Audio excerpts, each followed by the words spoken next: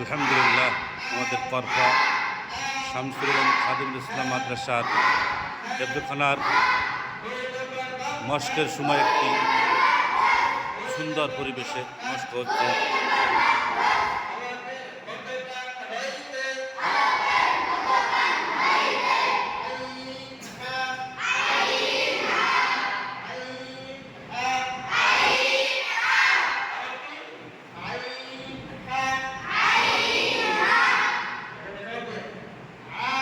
হেফজখানা ছাত্রদের মস্ক চলতেছে, একটু মনোরম দৃশ্য।